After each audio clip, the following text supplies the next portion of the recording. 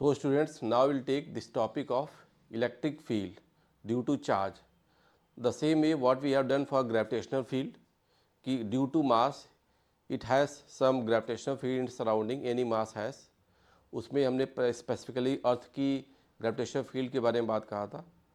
जैसे आपने देखा कि फील्ड जो होता है किसी का भी, फील्ड को अगर हिंदी में कहा ना प्रभाव क्षेत्र, action at a distance without its presence, उसको आप ऐसे फील करो कि this marker is pencil is my hand. ये देखो डायरेक्ट अर्थ के कांटेक्ट में नहीं है, but if I drop it it comes down. मतलब कोई अदृश्य शक्ति इसको खींच रही है ना नीचे की तरफ. तो वो अदृश्य शक्ति एक्शन एट ए डिस्टेंस, अर्थ का सरफेस यहाँ पे नहीं है, पूरा एयर है, बट अर्थ का इम्पैक्ट यहाँ पे. Action of earth at this point on acting on the pen is the field effect, जिसकी वजह से ये नीचे जा रहा है. ऐसे ही हम क्या करते हैं, जैसे हमने ग्रेविटेशन फील्ड की बात कही थी कि दैट ग्रेविटेशन फील्ड एक्ट करता है and it has the pull in tendency, अपनी तरफ पुल करने की टेंडेंसी होती है. एंड दिस मैक्सिमम डिस्टेंस जहाँ तक स्पेस में एक्ट करेगा वो उसका रीजन ऑफ ग्रेविटेशनल फील्ड या इलेक्ट्रिक फील्ड होता है. The same way charge also has its own electric field in the surrounding ना. तो उस इलेक्ट्रिक फील्ड को हम लोग यहाँ पर पढ़ेंगे कि what it is electric field. Electric field को अगर मैं देखूं तो I write it with the symbol capital E.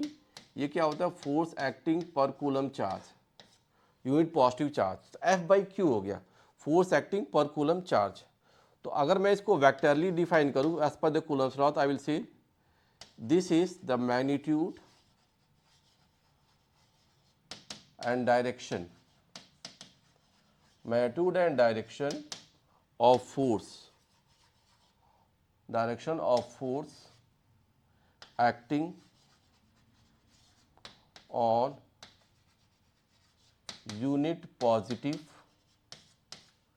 charge. Magnitude and direction of force on unit positive charge, वही क्या होता है, that is electric field. For its magnitude and direction दोनों के लिए बात कही जाएगी. अब ई देखो, E itself is a vector quantity. ये क्या हमारे पास वेक्टर क्वांटिटी है ना, डायरेक्शन को भी इंप्लाई करेगा. इसकी यूनिट की बात कर लीजिए तो this unit will be Newton पर कूलम. फोर्स अपॉन चार्ज से जो करेंगे तो हम क्या कहेंगे, न्यूटन पर कूलम. इसकी और भी यूनिट आ सकती है, वोल्ट पर मीटर ना, क्योंकि इलेक्ट्रिक फील्ड वोल्ट पर मीटर है, rate of change of potential, उस तरह से भी डिफाइन किया जाएगा. तो action at a distance without its presence, वो चीज़ यहाँ पे फील्ड की बात कहता है. अब देखो अगर मैं यहाँ पे फॉर्मूला वाइज जाऊँ तो मैं क्या कहूँगा कि मेरे पास एक कोई चार्ज कैपिटल क्यू है. इस कैपिटल क्यू से सर्टेन डिस्टेंस पे I have to find field here at this point ना. तो इस पॉइंट पे हमने क्या रख दिया, small Q equal to 1 coulomb. तो 1 कूलम चार्ज पे लगता हुआ force at a distance R, ही क्या होगा, इसका फील्ड होगा. अब आप देखिए, suppose I this charge I take it as positive. यहाँ पे 1 कूलम चार्ज भी मैंने क्या कर लिया, प्लस मान रहा हूँ क्योंकि वो तो ऐसे लिया ही जाता है. तो ये इसको रिपल्शन की टेंडेंसी इस डायरेक्शन में दे रहा होगा. तो that is the direction of force and field both. तो ई की डायरेक्शन जो होती है, अब आप देखोगे क्या, ई कैप ही एफ कैप है. ई कैप का डायरेक्शन जो होगा ना वही कॉरस्पॉन्ड करेगा एफ कैप जैसा ना. ये चीज होगी ऑन प्लस 1 कूलम चार्ज. ये चीज आपको हमेशा ध्यान रखना है, ठीक है. और इसको अगर मैं फार्मूला वाइज यहाँ जाऊँ तो देखो ई की वैल्यू क्या होगी, फोर्स अपॉन चार्ज, के कैपिटल क्यू स्मॉल क्यू को 1 कर दो बाई आर का स्क्वायर. तो ये क्या आ गया आपका, K Q by are square. Magnitude wise आप देख रहे हो फील्ड की वैल्यू क्या होगी, K Q by are square. Correct. अगर मुझे इसमें डायरेक्शन भी देना है तो वो भी मैं लिख सकता हूँ. ई की वैल्यू में क्या लिखूंगा, के क्यू बाई आर स्क्वायर. और यहाँ पे आप क्या कर सकते हो, this term can be plus minus R cap. अगर प्लस चार्ज होगा तो वैसे डाल दीजिएगा, माइनस चार्ज होगा तो अकॉर्डिंगली आप पुट कर सकते हो. तो ई की वैल्यू के क्यू बाई आर स्क्वायर, ये आपको एक और रिजल्ट यहाँ पे मिल जा रहा है. ई की वैल्यू मैं क्या लिख रहा हूँ, के क्यू बाई आर स्क्वायर. तो ये भी थोड़ा ध्यान देंगे, ई की वैल्यू मैं क्या लिख रहा हूँ, अगर प्लस चार्ज होगा तो ई की वैल्यू मैं क्या कहूँगा, जस्ट सी ई की वैल्यू होगी K Q by are square into R cap, ये होगा फॉर प्लस चार्ज। ठीक है, माइनस चार्ज अगर ई की वैल्यू की माइनस क्यू है तो के माइनस क्यू और हो गया ना बाई आर स्क्वायर, ये क्या होगा आर कैप ना। तो ये इनवर्ट टेंडेंसी रखेगा, तो प्लस चार्ज है माइनस चार्ज है अकॉर्डिंगली हम लोग देख सकते हैं। तो force acting on +1 coulomb charge for its magnitude and direction, ये इस फील्ड को डिफाइन कर पा रहा है। करेक्ट, एक तरीका। और फील्ड एक वेक्टर क्वांटिटी है, इसको भी से ध्यान देंगे, और यूनिट्स मैंने बता ही दिया। करेक्ट, अब ये जो फील्ड आ रही है व्हाट वी हैव गॉट, अगर आप देखो फार्मूला वाइज तो ई की वैल्यू यहाँ पे जो आ गई मेरे पास, ई की वैल्यू क्या आ गई, के क्यू बाई आर स्क्वायर। के वाज कांस्टेंट, तो वो आप जान ही चुके हैं, it is approximately 9 into 10⁻⁹।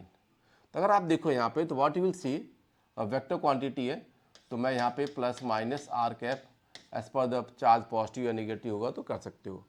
Now if you see E is directly proportional to charge and inversely proportional to R square, मतलब दूर जाओगे, if you go away from the charge तो magnitude of field will decrease.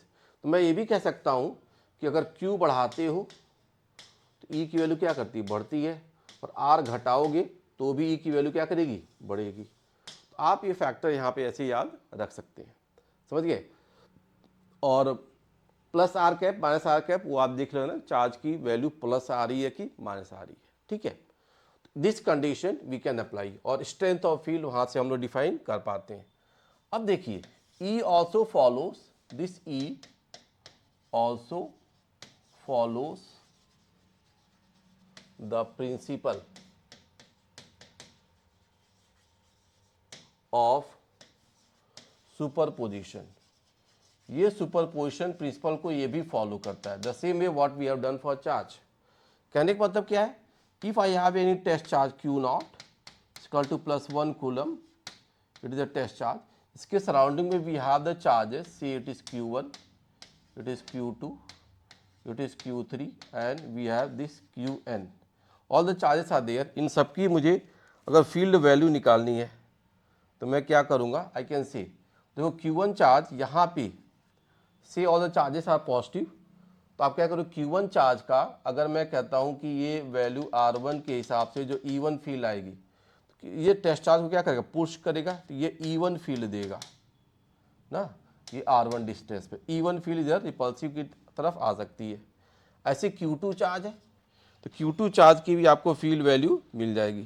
ठीक है ना, तो Q2 charge की जो फील्ड वैल्यू आएगी वो भी आप लिख सकते हो। Q3 चार्ज है उसकी फील्ड वैल्यू आ सकती है। अब मान लो से Q3 चार्ज को मैं यहाँ पे निगेटिव लेता हूँ, से for the sake of convenience इसको मैं क्या मान ले रहा हूँ, इसको मैं निगेटिव वैल्यू डालना। ठीक है जी, इसको मैं निगेटिव डाल रहा हूँ।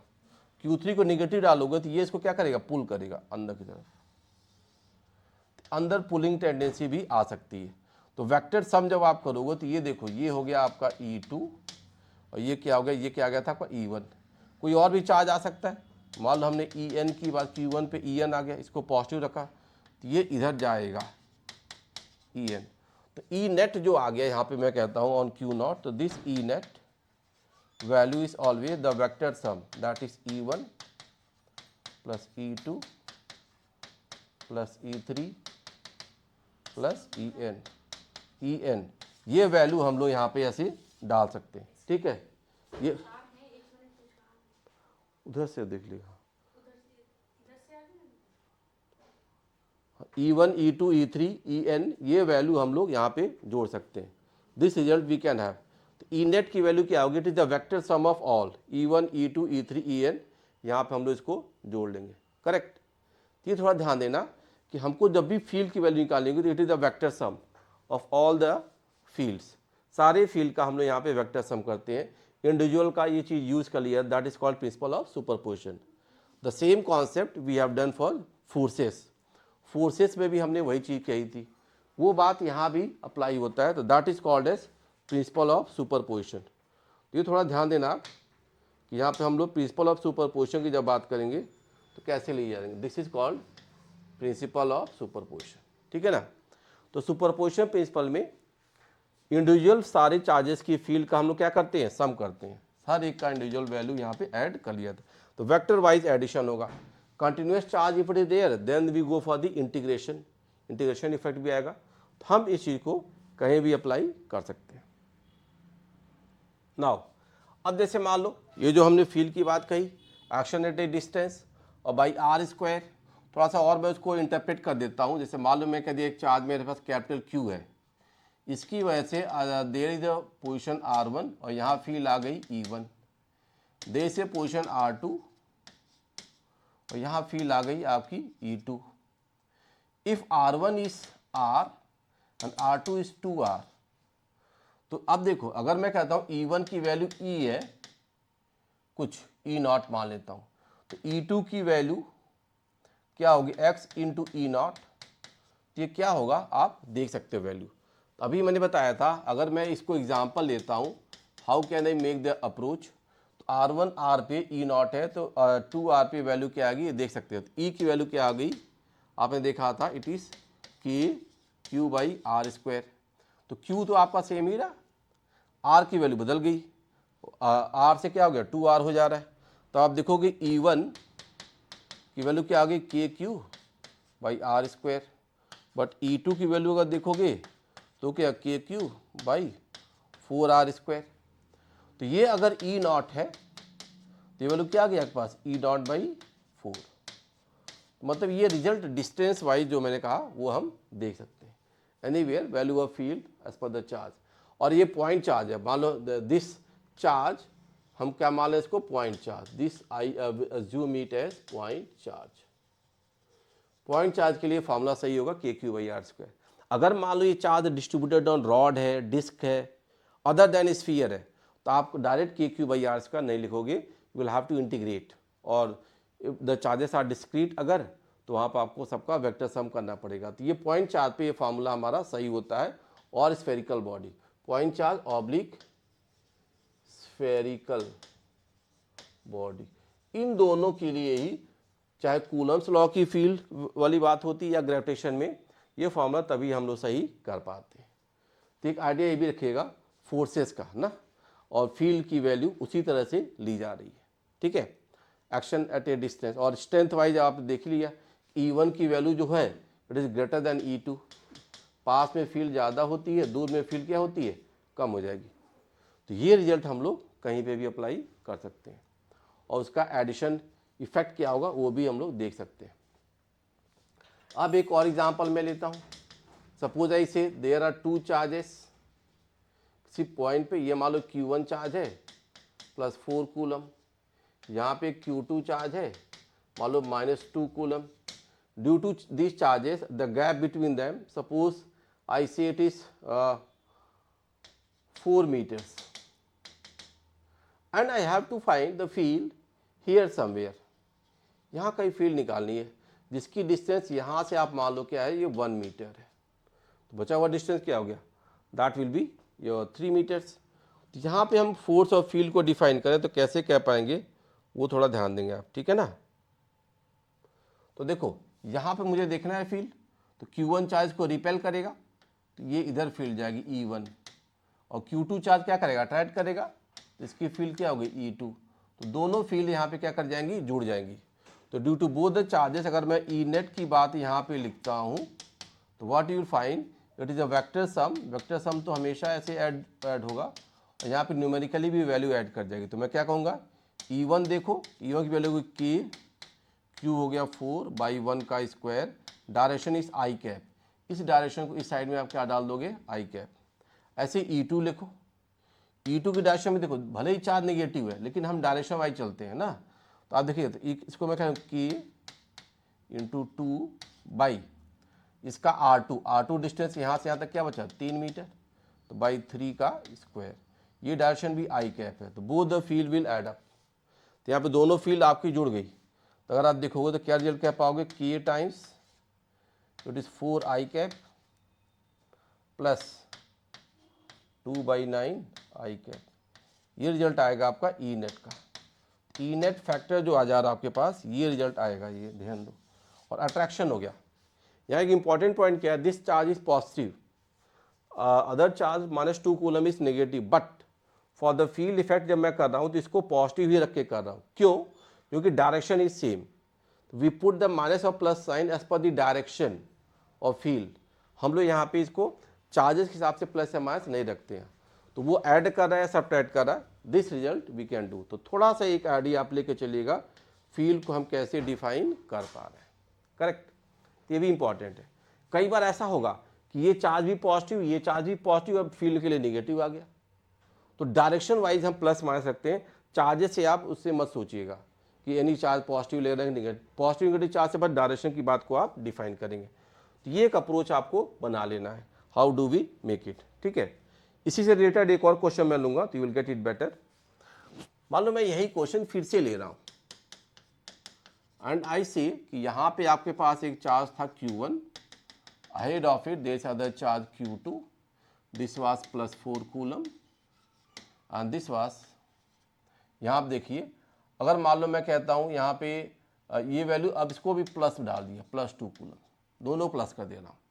Distance between them is 4 meter जो हमने एज्यूम किया था। Now I take again this distance यहाँ से 1 मीटर, और यहाँ पे मुझे ई नेट की वैल्यू जाननी है। Now both the charges are positive. See if this is 1 meter the remaining distance will be 3 meters. So field के लिए हम चार्जेस की डायरेक्शन के वाइज चलेंगे। तो मैं यहाँ पे Q1 चार्ज की जो फील्ड होगी E1 लिखूंगा। E1 for the direction if you see the K, Q हो गया 4/1 का square, this is along this direction that is I cap. E1 तो इधर जाएगा, E1 is in this direction. E2 देखो, Q2 चार्ज का E2 पीछे जाएगा, ये रिपेल करेगा, भले ही चार्ज पॉजिटिव। तो मैं E2 जो लिखूंगा एज पर द डायरेक्शन, तो I will right K into 2/3 का स्क्वायर। ये डायरेक्शन क्या आ जाएगा, -I कैप, जस्ट सी। तो एक का प्लस आ गया, दूसरे का क्या आ गया, माइनस आ गया। तो यहाँ पे जब नेट वेक्टर सम आप कर रहे हो तो E net value, if you see this E net की वैल्यू वेक्टर सम जब आओगे तो आपका क्या आ गया, K टाइम्स 4 -2/9 और ये I कैप, ये रिजल्ट आपको मिल जा रहा है। तो आपका चार्ज का पॉजिटिव होना या नेगेटिव होना, उससे डायरेक्शन के लिए हम लोग वेक्टर वाइज जाएंगे, डायरेक्शन वाइज जाएंगे, plus minus, magnitude of charge से नहीं देखते। तो ये रिजल्ट आप कहीं पे भी अप्लाई करोगे। Correct. Now one more example I will take, थोड़ा सा एक और एग्जांपल मैं लेता हूँ ऐसे ही चार्जेस की फील्ड। देखो इंपॉर्टेंट क्या है, एक सिंगल लाइन स्टेटमेंट है कि magnitude of force on +1 coulomb charge. तो मैं यहाँ पे अगर कह दूँ कि +1 कूलम चार्ज ही टेस्ट चार्ज होता है ना, उसी पे magnitude of direction of force लिखा जाता है। देखो मैं बार बार कह रहा हूँ ये चीज़, +1 coulomb charge magnitude and direction, it is so important, इसको याद रखिएगा। नाउ इफ आई से मेरे पास देयर आर द 2 चार्जेस, क्योंकि वेक्टर वाइज जोड़ता है। सपोज आई से हियर से चार्ज +4 कूलम, करेक्ट, और यहाँ पे जो एक चार्ज है वो मान लो आपके पास क्या जा रहा है, इट इज -2 कूलम, ऐसे आ गया। The distance between them this is 2 meter, और ये मान लो कि this direction is going for J cap, और ये इधर ये ओरिजिन मान लेते हो तो this direction is for I cap.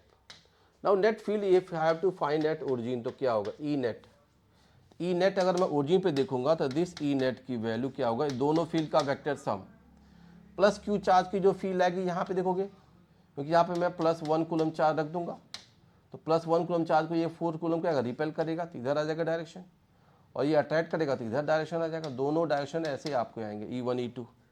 E1 is downward -J cap and this is +I cap. तो ई नेट की वैल्यू जो होगी, तो अब हम क्या कर सकते हैं, देखो K times vector sum 4 into 1/2 का स्क्वायर, तो 4/2 का स्क्वायर, ये हो गया -J कैप। फिर क्या होगा, -2 कूलम से इसको अट्रैक्ट करेगा तो क्या हो गया आपका, हो गया +2, ये डिस्टेंस हो गया 2 का स्क्वायर, ये हो गया I कैप। आपका रिजल्ट ऐसा कुछ आ जा रहा है, समझ गए।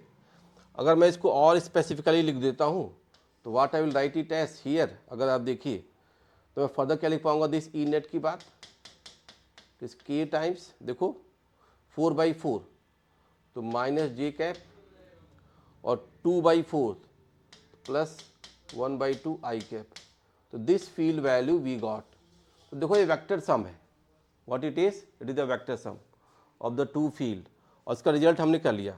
मैग्नीट्यूड अगर देखना होगा ई नेट का मैग्नीट्यूड, तो I will go for the square sum under root because this two are vector, तो k times under root of, देखो क्या हो गया 1 plus 1/4 square sum under root कर लिया। तो आपको ई नेट की वैल्यू भी मिल गई। तो वेक्टर सम करना है what we have done for the forces, वही अप्रोच यहाँ भी लगाया जा रहा है, ठीक है ना। तो ये आइडिया कि charges may be in the same line, charges may not be in the same line, they can be on the perpendicular and all, ये एक पैटर्न आपको बनाना है फॉर द फील्ड। और ये फील्ड अभी जो मैं कर रहा हूँ फर्स्ट केस में, वो एज पर the condition of E equal to F/Q। और यहाँ पे जो मैं कह रहा हूँ कि यार टेस्ट चार्ज, जो टेस्ट चार्ज होता है, टेस्ट चार्ज इज ऑलवेज, इसकी वैल्यू Q जो होती है वो +1 कूलम होता है। और हम टेस्ट चार्ज को, ये हाइपोथेटिकल है, वी अज्यूम इट डजंट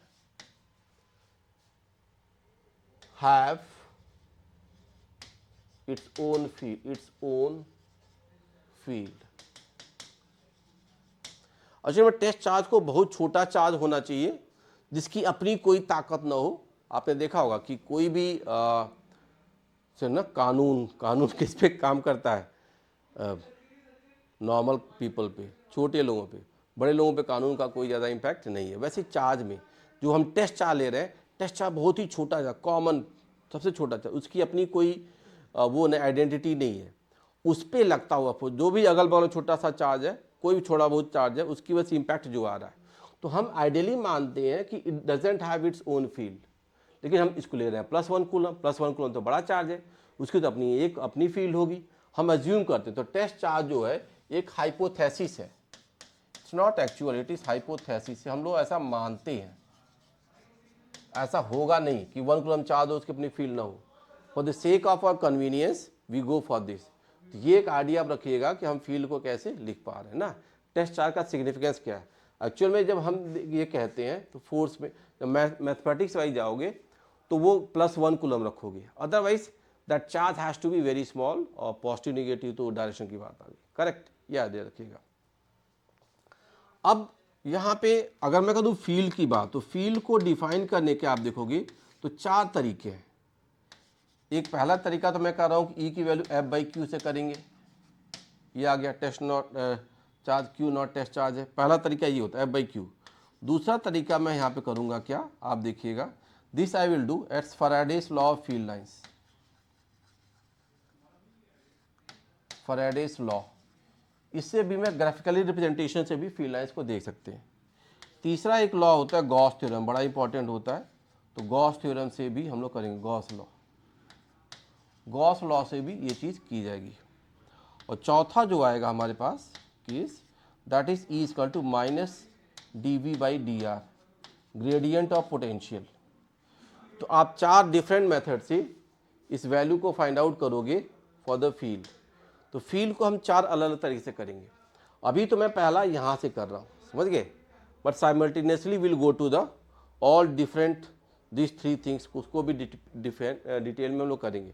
तो एक आइडिया रखिएगा हमारा टेस्ट चार्ज क्या है और फील्ड की वैल्यू को हम कैसे फाइंड आउट कर पा रहे हैं, ठीक है, तो ये ध्यान देना। अब वेक्टर वाइज कैसे एडिशन सब्ट्रैक्शन है वो मैंने पहले भी कुछ चीज़ें बता दी थी।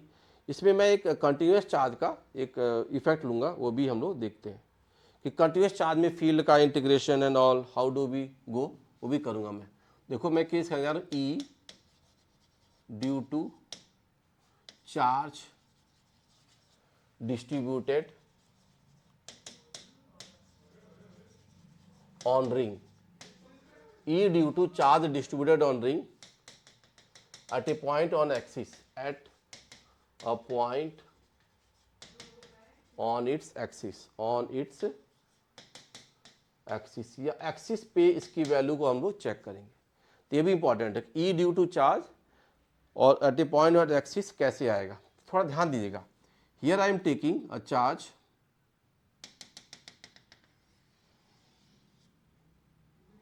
ये कोई रिंग है, this is the X axis I take, this the Y axis you can take, and this I will take it as Z axis. हमारा इधर क्या आ गया, ये एक्स वाई और जेड एक्सिस इधर आ गया, this is the Z axis. तो this is showing for I cap, it is for J cap, इधर क्या आ गया आपका के कैप। ये रिजल्ट आपके पास आ जाते हैं, ठीक है ना। ये आपका ओरिजिन है। Charge is uniformly distributed on the boundary of ring, इस पर चार्ज आप मान लो कि plus Q, charge is uniformly distributed on the boundary of ring. तो रिंग जो होता है, ring is lying in YZ plane, ये कहाँ लाई कर रहा है, वाईजेड प्लेन में, ध्यान दीजिएगा, with it centre at origin ना, वाईजेड प्लेन में। और जहाँ पे मुझे फील्ड की वैल्यू निकालनी है, इफ आई से ना, फील्ड की वैल्यू जो मुझे देखनी है यहाँ पे, इस पॉइंट पे मान लो मुझे फील्ड की वैल्यू देखनी पड़ रही है, ठीक है, तो थोड़ा ध्यान देना। इस पॉइंट पे मैं फील्ड की वैल्यू देख रहा हूँ, तो फील्ड यहाँ पे देखना है, तो इसका कोऑर्डिनेट मैं एक्स मान लेता हूँ, एक्स 0 0 ऐसे डाल लो आप, ठीक है ना।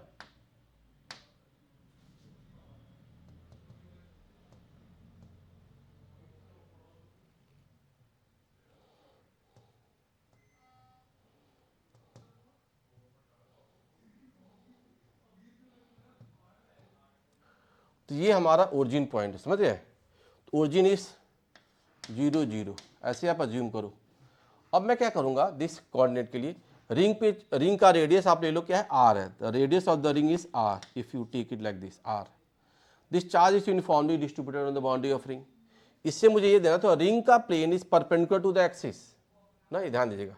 तो यहाँ पे मैं कोई डी क्यू चार्ज लेता हूँ, I take the charge D Q here. तो डी क्यू चार्ज की यहाँ पे फील्ड देखो, तो +1 कूलम चार्ज पे, तो डी क्यू चार्ज की जो फील्ड आएगी वो ऐसी जाएगी, डी ई।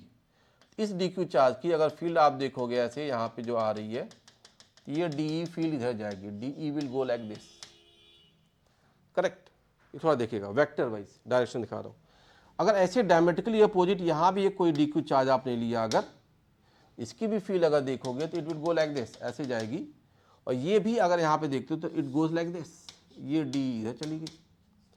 तो D Q charges on the diametrically opposite point, why I am showing, because field is a vector quantity, and for integration effect I will have to see the direction also, कि directions में कैसे add या subtract हो पा रहा है। Here you will see this field value is Ex and this direction of field is DEY। तो DEY वाले जो फील्ड होंगे वो कैंसिल आउट करेंगे, and DEX field will add up, थोड़ा दिखेगा आप यहाँ पे। तो मैं एक पैटर्न यहाँ पे देखो, एक cone figure shape formation it will take, cone figure shape formation it will take. ये कौन यहाँ पे बातचीत कर रहा है, बदमाशी कर रहा है, ये चुप रहो तुम लोग।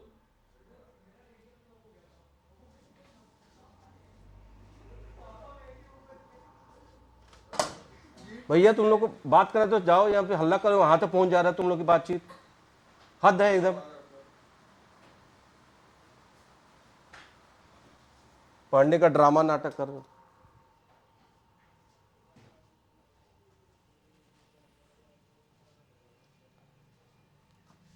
Sorry for interruption, this case I have to see the field value DE। ये जो DE वैल्यू है यहाँ पे, इसके x कॉम्पोनेंट ऐड कर जाएंगे and y component will cancel out. आप देख भी रहे होंगे, y component of field this and this they will cancel out, and x component क्या कर जाएगा, ऐड कर जाएगा। अब आप देखो मैं इसका इफेक्ट कैसे देखूंगा, दिस से दिस एंगल इज थीटा। अगर थीटा है तो DE की वैल्यू देखो, तो DE में क्या लिखूंगा, DE इज के dq by r square, this distance I will take r and this r is under root of, radius मैंने r लिया था तो ये r square plus x square लिखूंगा, because x is this and r is this, both are perpendicular। तो मेरा small r ये होगा, तो dq by छोटा r square ये आ गया आपके पास। देखो तो de की वैल्यू क्या आ गई, k dq by r square, ये रिजल्ट हम लोग कर सकते हैं। अब मुझे मान लो यहाँ पे dx करना है, तो dx में दिस एंगल इज थीटा, तो this angle is also theta, ये एंगल थीटा आ जाएगा। तो DEX की जब मैं बात करूंगा तो यहाँ पे आपको कॉस थीटा भी रखना पड़ेगा, ठीक है। If I am going for DEX तो कॉस थीटा भी डालना पड़ेगा। अब कॉस थीटा यहाँ पे देख लो आप, how do I right this cos theta value.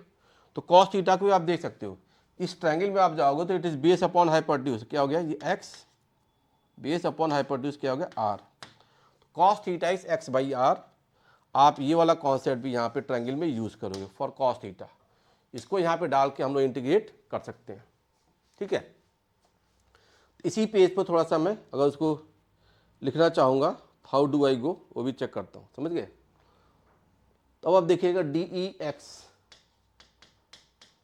देखिएगा के डी क्यू। अब आप देखो डी क्यू तो हो गया आपका डी क्यू चार्ज के लिए, और ये आर स्क्वायर, और कॉस थीटा के लिए क्या हो गया एक्स बाई आर। ये पैटर्न आपको मिल रहा है, थोड़ा ध्यान देंगे, दिस थिंग इज देयर।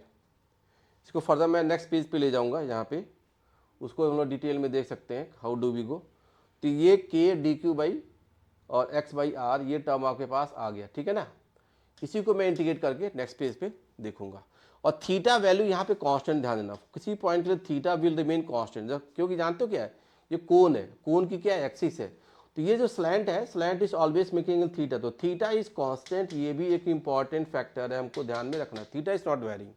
हाँ, डी क्यू चार्ज के लिए वो वेरी कर रहा है, मतलब कि ई एक्स जो फील्ड है हर एक का मैग्नीट्यूड क्या होगा, इक्वल ही होगा, और उसको हम डायरेक्ट इसमें कंट्रीब्यूट कर सकते हैं। तो let us see on the next page how do I make. तो इसको आप देखिए, तो डी एक्स फील्ड जो यहाँ पे आ गई वो क्या हो गया, K D Q by are square, और कॉस थीटा की वजह से क्या आ गया, एक्स बाई आर। ये टर्म आपके पास आ चुका है, समझ गए। अब इसी को मैं इंटीग्रेट करूंगा तो पूरी फील्ड की वैल्यू आ जाएगी। तो this E X field value if I right, तो मैं क्या लिखूंगा, देखिएगा के, और ये देखिए आपका टर्म, ये आर भी कांस्टेंट है और एक्स भी कांस्टेंट। अगर आप देखोगे तो यहाँ पे आर मैग्नीट्यूड भी कांस्टेंट है, और ये एक्स का मैग्नीट्यूड भी क्या है, कांस्टेंट ही है, इसलिए थीटा की वैल्यू भी यहाँ पे क्या आ रही है, कांस्टेंट आ रही है। जस्ट सी वेक्टर वाइज नहीं, magnitude wise they are constant, hence I will say to be as like this. ये अगर आप देखोगे तो मैं क्या कह पाऊंगा, देखिएगा कि इंटू एक्स ओवर, ये देखिए क्या हो गया, आर स्क्वायर, तो ये हो गया are square plus x square to the power ना। अब देखिएगा यहाँ पे टू द पावर क्या आ जाएगा, 3/2, और के, और ये आ गया D Q, this will be D Q, के डी क्यू, ये टर्म आपको यहाँ पर मिलेगा ना। तो थोड़ा ध्यान देना, हाउ आई हैव रिटन ये टर्म।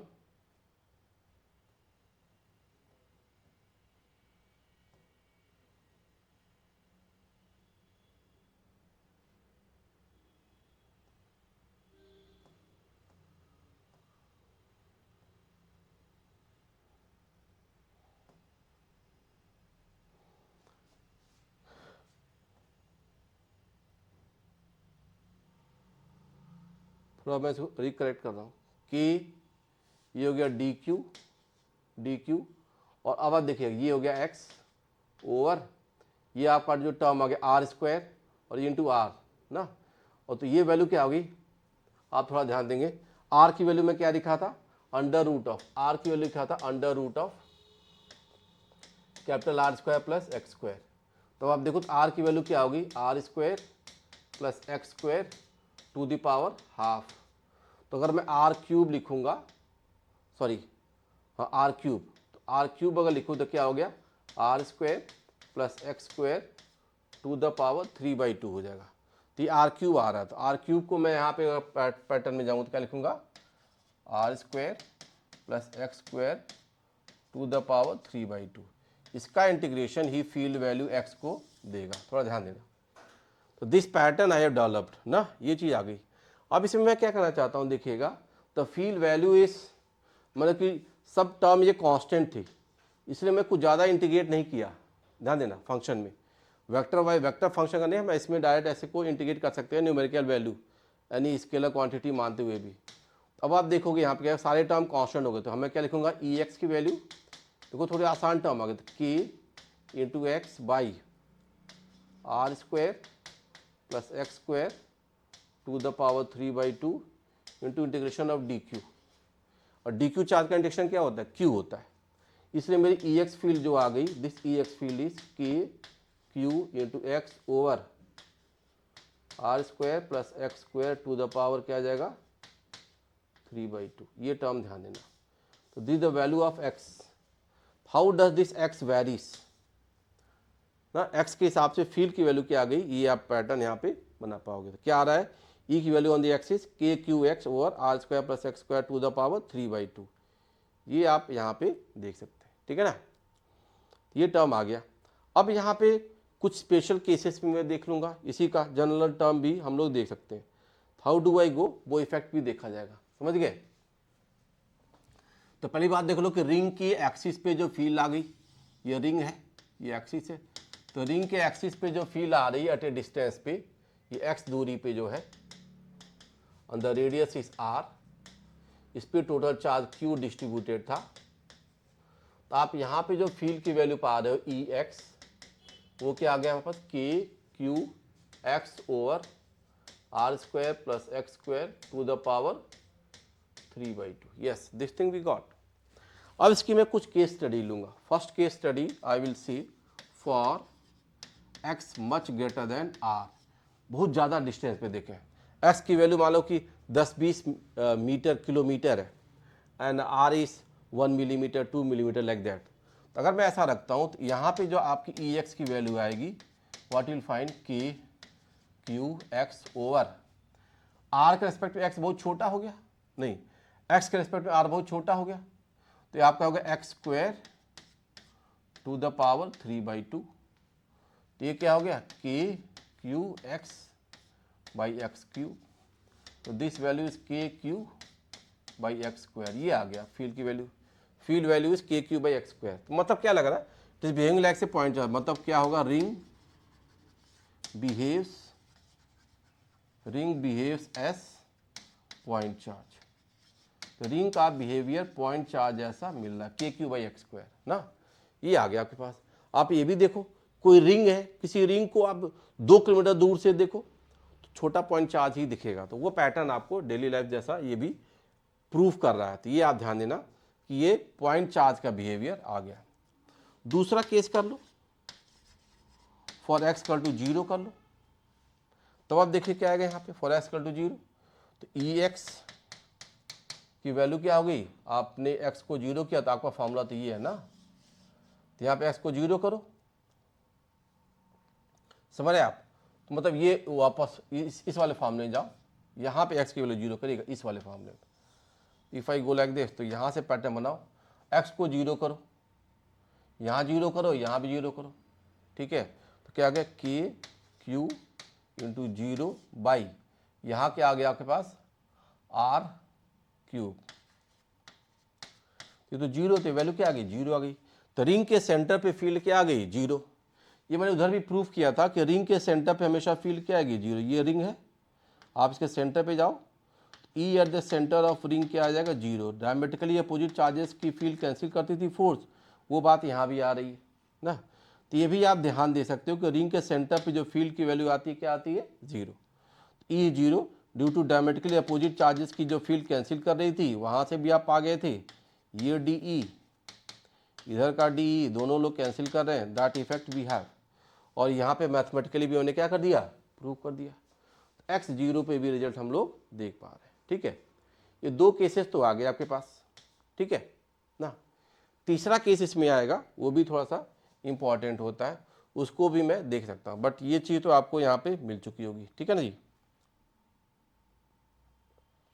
अब इसमें मैं एक इंपॉर्टेंट केस स्टडी लूँगा, दैट वी सी, कौन सा, इसका स्पेशल केस लिखो, for x much less than r, तब जो फील्ड की वैल्यू होगी वो क्या आएगी, देखो तो E की वैल्यू, अब यहाँ पे देखेंगे E की वैल्यू क्या आएगी kq x over x is not 0 much less than, over यहाँ पे क्या था r square plus x square to the power 3/2, x is much less than r, x r के रेस्पेक्ट में निगलेक्ट हो, क्या हो गया kq x ओवर, अब x देखिए r के रेस्पेक्ट में निगलेक्ट हुआ तो केवल r बचा, तो ये हो गया r क्यूब, ये टर्म आपको आ गया, इट इज लाइक दिस, देखिए आगे kq बाई r क्यूब और दिस इज x, ये पैटर्न आपको यहाँ पर मिल जा रहा है ना।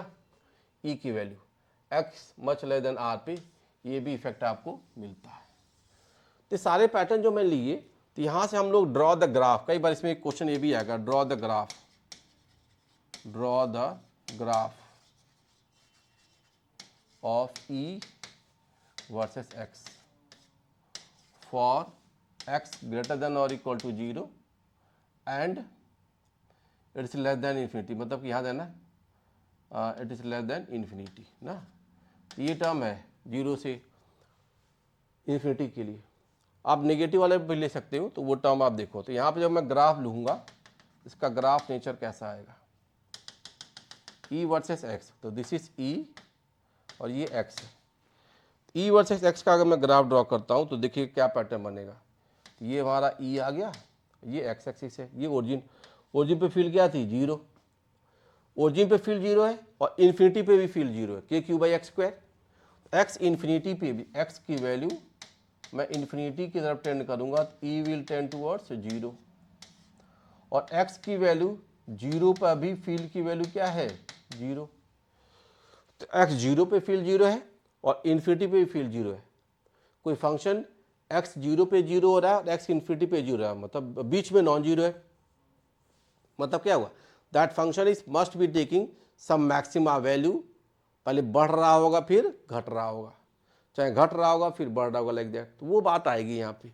तो मैक्सिमम मिनिमा की कंडीशन में 0 से अगर जा रहे हैं, बीच में नॉन 0 वैल्यू है, तो पहले वो बढ़ेगा। तो हम यहाँ पर अगर देखें एज पर द ग्राफ, तो ये गोस लाइक दिस, ऐसा, और ये यहाँ कहीं जा कर के ये ऐसा पैटर्न ले लेगा फील्ड। ये फील्ड जो होगी यहाँ देखिएगा तो इट गोस लाइक दिस, तो ये ऐसे चलता चला जाएगा, कर्व आ रहा, इस कर्व यहाँ पे कहीं पे क्या हो गया, मैक्सिमम आ गया। और डायरेक्शन ऑफ फील्ड अगर दोनों साइड में जाओगे तो वो उसी का एक्सट्रापोलेशन इस साइड पे जाएगा। तो दोनों साइड पर अगर मुझे फील्ड ड्रॉ करना है तो the pattern goes like this, और सिमेट्री ऑफ द कर्व ऐसा कुछ मिलेगा ना। और कहाँ पे मैक्सिमा हुआ ये वैल्यू भी हम लोग निकाल सकते हैं with the condition of maxima and minima. Graph अगर देखो तो ये एक्स एक्सिस पे, ये यहाँ पे आप 0 0 ले लीजिए, तो ग्राफ पैटर्न आपको ऐसा मिलेगा। और इन्फिनिटी पे जाके फिर से फील्ड क्या हो गई, 0 हो गई। और मेरे पास गवर्निंग इक्वेशन जो है वो ये है, जब भी आप प्रॉपर ग्राफ में जाओगे तो ये हमारा फंडामेंटल गवर्निंग इक्वेशन है। तो छोटा बड़ा कोई एक्स बड़ा या आर बड़ा, तो उसके साथ में कंडीशन देखिए, but this the graph for this. अब इसमें कई बार क्वेश्चन ये भी पूछा जा सकता है कि when the field is maximum, X by R के किस रेशियो के लिए, एक्स बाई आर के for what ratio the field value will be maximum, वो भी हम लोग निकाल सकते हैं विद द मैथ्स। लॉजिकली तो उतना देखना आसान नहीं होगा, लेकिन मैथ से हम इसको प्रूव कर सकते हैं, तो वो भी देखते हैं, लेट अस सी। तो फील्ड की वैल्यू यहाँ पर आप देखेंगे, हम लोग देखेंगे क्या, डी बाई डी एक्स को 0 करेंगे फॉर ई मैक्स को निकालने के लिए। ई मैक्स क्या होता है, हम फंक्शन को, क्योंकि फंक्शन में यहाँ पे एक्स को आप घटाओ बढ़ाओ, एक्स की डिफरेंट वैल्यू पर आप ले जा सकते हो। तो व्हाट आई से, अब देखो, तो D by D x of, मेरे पास वैल्यू क्या थी, K Q X over are square plus x square to the power 3/2, ये है। इसी को आप डिफ्रेंशिएट करेंगे। तो डिफ्रेंशिएट जो करें तो के क्यू तो कांस्टेंट है, तो मेरे पास जो टर्म आएगा जिसको आपको डिफ्रेंशिएट करना, तो के क्यू तो कांस्टेंट आ गया, तो again it is d by D x of what, ये टर्म आ गया आपके पास, एक्स ओवर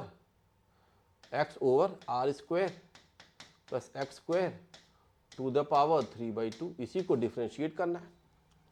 जब इसको डिफ्रेंशिएट करना है तो देखिए मैं क्या करूंगा, इसको प्रोडक्ट रूल से मैं कर देता हूँ, इसको तो हटा ही लो, कोई फर्क नहीं पड़ता। तो D by D x of X into R square plus x square to the power 3/2, this function has to be differentiated -3/2, ये टर्म हम लोग देख सकते हैं।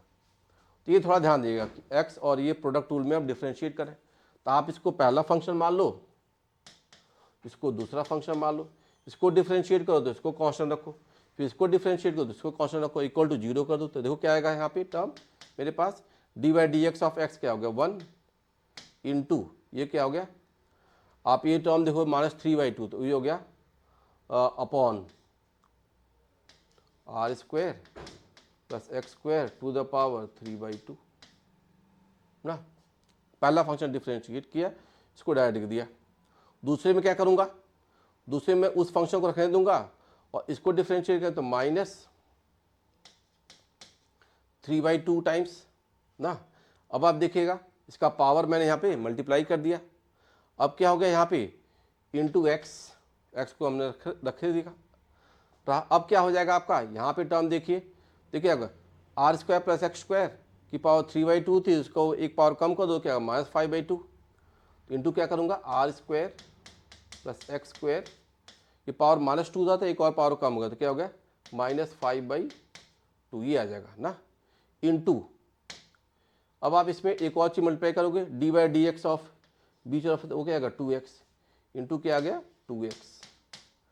ये टर्म आपको एज सच मिल रहा है, इसी को आप इक्वल टू 0 कर दोगे। तो यहाँ पे टर्म का डिफ्रेंशिएशन थोड़ा ध्यान देना, मैंने कैसे किया, पहले को डिफ्रेंशिएट किया, इसको सेम रखा, अब दूसरे फंक्शन को डिफ्रेंशिएट कर रहा हूँ और पहला फंक्शन एक्स वाला सेम जा रहा है, तो अब इसको देखिएगा इक्वल टू 0 कर दीजिए। तो मैं क्या कहूँगा 1 देखिएगा r square plus x square to the power 3/2 equal to 0 में तो इक्वल टू आ गया, इक्वल टू 3/2 टाइम्स। अब आप देखिएगा x इंटू 2x तो आ गया आपका 2x स्क्वायर, नहीं 2x स्क्वायर इंटू क्या हो जाएगा आपका देखिएगा r square plus x square into 1/r square plus x square to the power 5/2, ये टर्म आ गया आपके पास जस्ट सी।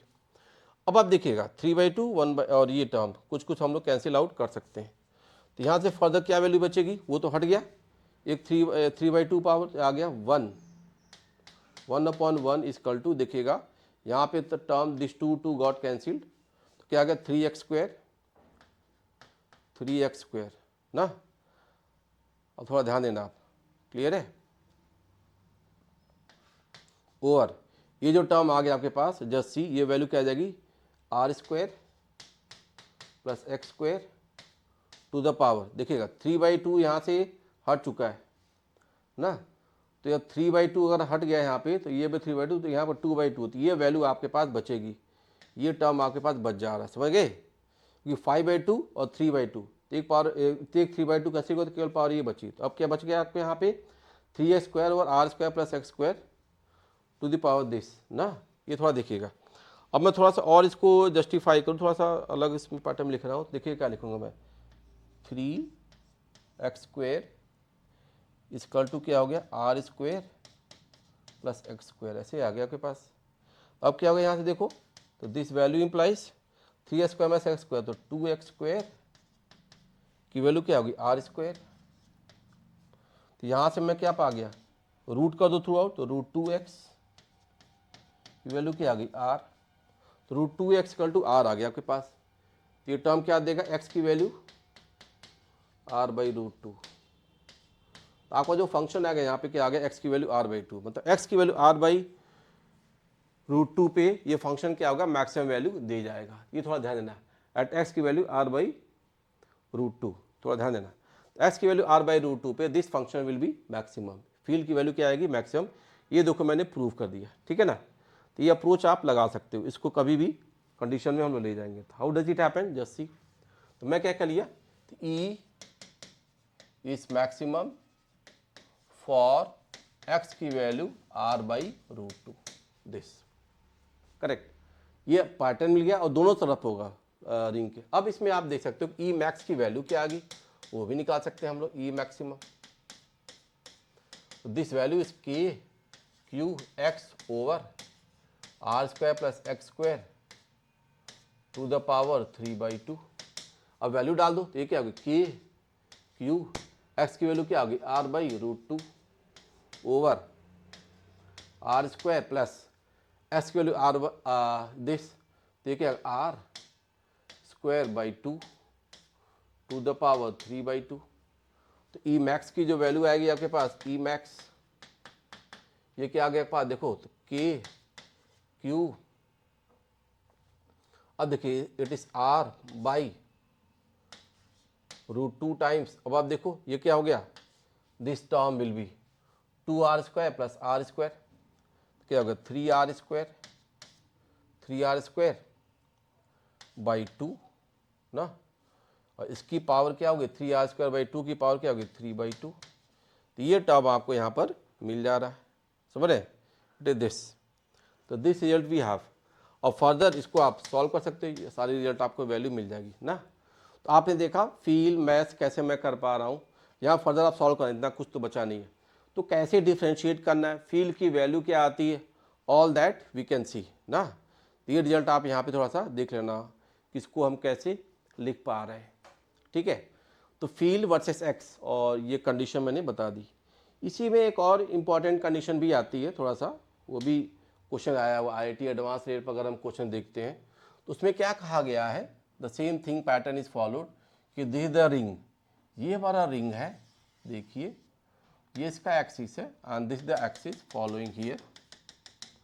इस पे चार्ज मान लो +Q चार्ज था जो हमने फील्ड अभी निकाला, और ये ओरिजिन मान लिया सेंटर पे, ये YZ है प्लेन में है और ये x एक्सिस है। If one point charge equal to you can say -1 coulomb charge is there and it has some mass also displaced on the coordinate x 0 0 and this x is much less than r, ऐसे है। तो what type of motion it will do for the ring placed here? ring is fixed, ring को आप मान सकते हो कि ये आपका y एक्सिस है, j कैप है, this is I cap and here it will be z axis, ऐसे आ गया आपका ना, ये k कैप आ गया लाइक दिस। तो -1 कूलम चार्ज अगर आ रहा है, देखिए what type of motion it can have, और ये ring, this ring is fix, इसको आप फिक्स कर लीजिएगा। Only this point charge is free to move which has charge -1 coulomb and mass is m। तो अब देखो दिस विल फील अट्रैक्शन, तो आप क्या देखोगे, ये अट्रैक्शन फील करेगा यहाँ पे। तो ड्यू टू अट्रैक्शन इसमें फोर्स इसी तरफ आएगा, और x much less than r पे हमारे पास जो फोर्स आ गया था, दिखेगा क्या आएगा, f की वैल्यू यहाँ पे k, यहाँ चार्ज तो q था, इस पर चार्ज आप q मान रहे हैं, KQ/r³ इंटू x।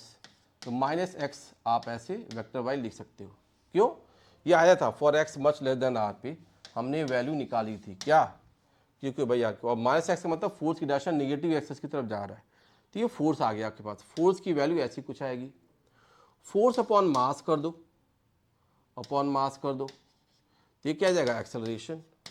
एक्सेलरेशन की value will get it like this, थोड़ा देखिएगा।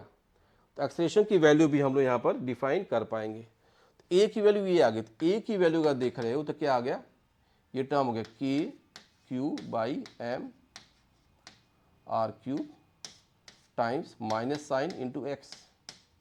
अगर आप इसको कंपेयर करते हो तो what you find, this is somewhat related to SHM, -ω² के फॉर्म में जा रहा है। तो ये SHM की कंडीशन को फॉलो कर रहा था। अब आप क्या कह सकते हो कि ये SHM है, बिकॉज अब आप देखें x is towards right and acceleration is towards left, तो you will put a minus sign, तो ω² value you will get it as ω² is KQ/m/r³। This is constant, KQ/m/r³ सारे वैल्यू कांस्टेंट है, hence from here it will do that, it is SHM। तो time period हो गया 2π/ω, और omega की value आप ये डाल दो, क्या हो गया, m/r³ इंटू KQ, और इसकी जो पावर है ये भी ओमेगा से, तो ओमेगा में रूट आएगा, ये भी वैल्यू रूट में आ जाएगी। तो अब आप ये टर्म यहाँ पे देख सकते हो, तो time period of this is this, SHM होगा, उसकी वैल्यू क्या है, 2π/√of KQ/m/r³। इसके पीरियोडिक मोशन का टाइम पीरियड क्या होगा, ये हम लोग ऐसे डिफाइन कर सकते हैं। How do we make the results for SHM वाली बात भी यहाँ पे आ गई। तो एक कंडीशन, एक देखो हमने बेसिक इसको रिंग की फील्ड, फोर्स, मैक्सिमा मिनिमा निकाला, फिर फोर्स में x की वैल्यू मच लेस देन आप SHM वाली बात कर दी, तो all that we can define. तो एक अप्रोच है कूलम्स लॉ में, जैसे फोर्सेस की हमने बात कही, बस यहाँ पे field and all that we have, तो इसको हम कर सकते हैं, यहाँ से रिजल्ट हमारा फॉर्मेशन आ जाएगा। तो फील्ड के लिए जो कूलम्स लॉ का force acting on +1 coulomb charge, that one of the concept that I have defined, और इस पे बेस्ड आप क्वेश्चन कर सकते हो। अब इसी में थोड़ा सा और अगर हम देखें, थोड़ा सा और चीज़ देखें, तो मैंने क्या कहा, देखिए फोर्स और फील्ड का रिलेशन अगर मैं कर दूँ, E की वैल्यू क्या था, F/Q, और ये Q नॉट टेस्ट चार्ज है, तो E की वैल्यू F/Q आ जा रहा है। तो तो कहीं पे मुझे फोर्स भी निकालना होगा, तो फोर्स की वैल्यू क्या होगी, force F equal to E into q naught या क्यू से हम लोग देख सकते हैं, समझ गए। तो फोर्स ई और क्यू में रिजल्ट भी आपको मिलेगा। तो ये फार्मूला कॉन्सेप्ट भी मिल सकता है, ऑलवेज वी कैन सी, ठीक है। अब इसी में मेरे पास एक और अच्छा क्वेश्चन है, थोड़ा सा एग्जाम्पल में मैं लेता हूँ, उसको आप देखिएगा what it is. Suppose this is the ring और सेंटर पे मैंने एक चार्ज स्मॉल क्यू रख दिया और इसके बाउंड्री पे हमने charge capital Q is distributed uniformly on the boundary of this. इस पे कैपिटल क्यू चार्ज रख दिया, स्मॉल क्यू चार्ज रख दिया और यहाँ पे दिस रेडियस इज आर। इनके बीच में फोर्स ऑफ इंटरेक्शन क्या होगा। देखो one thing I have defined कि net field here is zero, but due to repulsion अगर आप देखो तो this ring will have tendency to expand, यही नहीं पढ़ा रहेगा। अगर थोड़ा सा इसकी कूलम्बियन फोर्स को रिपेल करेगा, इसका थोड़ा सा रेडियस बढ़ने की टेंडेंसी होगी, ring will try to expand. तो रिंग यहाँ पे एक्सपेंशन की टेंडेंसी लेगा, ring will try to expand. लेकिन रिंग में मान लो वायर है, वायर की अपनी स्ट्रेंथ है, तो वो उस एक्सपेंशन को क्या करेगा, रोकेगा। तो रिंग का एक्सपेंशन जो आएगा उसको क्या करेगा, रोकेगा, due to tenacity of the wire strength. अगर आप इस रिंग को देखें तो इस रिंग में जो एक्सपेंशन की टेंडेंसी आएगी, थोड़ा तनाव आएगा, दैट तनाव टेंडेंसी क्या करेगा, इसको रोकेगा। तो यहाँ एक टेंशन डेवलप होगा, यहाँ पे क्या डेवलप होगा, एक टेंशन। तो उस टेंशन को हम कूलम्स लॉ से रिलेट कर सकते हैं। तो इट्स ए गुड क्वेश्चन कि हम यहाँ पे चार्ज ऑन द रिंग, छोटा चार्ज, और यहाँ पे टेंशन को एज पर द कूलम्स लॉ क्या वैल्यू आएगी, ये क्वेश्चन आप कर सकते हो। तो this question I am putting as a homework, आप उस पर जरूर काम करें। फिर नेक्स्ट क्लास में इसको मैं डिस्कस करूंगा कैसे ये टेंशन क्या आएगा, क्यों तनाव आया। Net force on the charge is zero, net force on the ring is zero, centre of mass of the ring is not going to change, but being at rest it will expand due tension force. तो इसमें कुछ Young's modulus भी आ सकता है। अगर मैं Young's modulus दे दिया तो fractional change in the radius of ring, वो वैल्यू भी हम लोग निकाल सकते हैं। तो एक अच्छा क्वेश्चन यहाँ पे बनेगा, दैट आई विल डिस्कस, ठीक है। आज अभी तो मैं इसको होल्ड अप कर रहा हूँ, एक होमवर्क दे रहा हूँ, इसको आप करिएगा, ठीक है। First case of field as पर द कूलम्स लॉ कैसे होता है, k Q by are square F by q से, that I have defined, correct. For the next I will use the Faraday's law of field lines, उसको भी हम लोग करेंगे। Okay, thank you.